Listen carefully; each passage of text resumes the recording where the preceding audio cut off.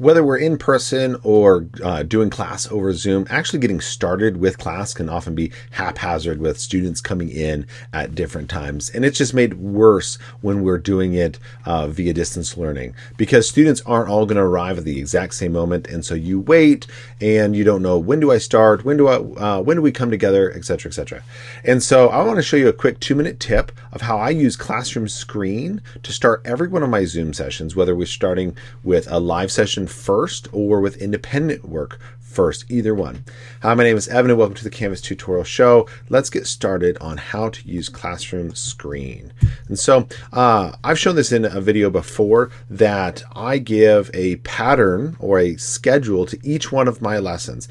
I have 3 documents. I have an asynchronous, I have an independent live, and then live independent with approximate times of when we would do that. Okay, and so I put this at the beginning of every one of my daily assignment modules. Okay, and then students know, hey, today we're doing this, today we're doing that. But every day when they come in, they don't see this yet. And so when they first arrive into my Zoom session, I have my camera off, I have my mic muted, and I have Classroom Screen up. And so this is actually the one that I use today.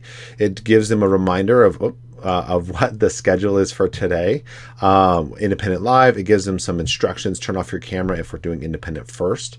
And so for when I do an independent lesson, it could be 15 minutes or 20 minutes first before we then come together at the end and do discussion or whatever.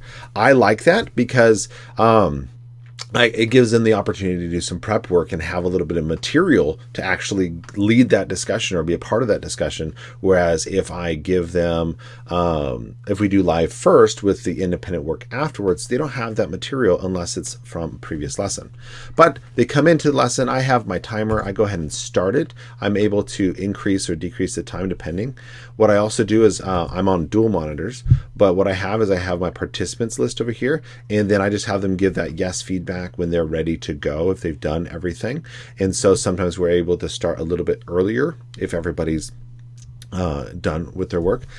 Classroom Screen, though, and you can just Google Classroom Screen. It's very versatile. There is a paid version. This isn't the paid version, but with the paid version, you're actually able to save your screens. But with the free version, you can just still use most of the tools. But there's a ton of different options here between using different backgrounds, the timer, which you see, and you can have more than one timer, so on and so forth. Clock, and you can have more than one. Calendar. So there's really just a bunch of different features. I know a lot of people use it in the classroom. I use it in the classroom, but now that I'm doing distance learning, I find that it is so helpful to have my students come in. They immediately see what to do. If it's a live session, and we're getting started live first, I always have a 2-minute task for them to do. Call it a warm-up, call it whatever you want, but it's just, hey, go take a look at your grades. Are you missing any work? Or go ahead and read the essential question. Whatever it is, just to get them starting to work so that when I call us together, everybody's ready to go. So this has just been a quick 2-minute tip on how to use Classroom Screen to start your Zoom sessions. Cheers.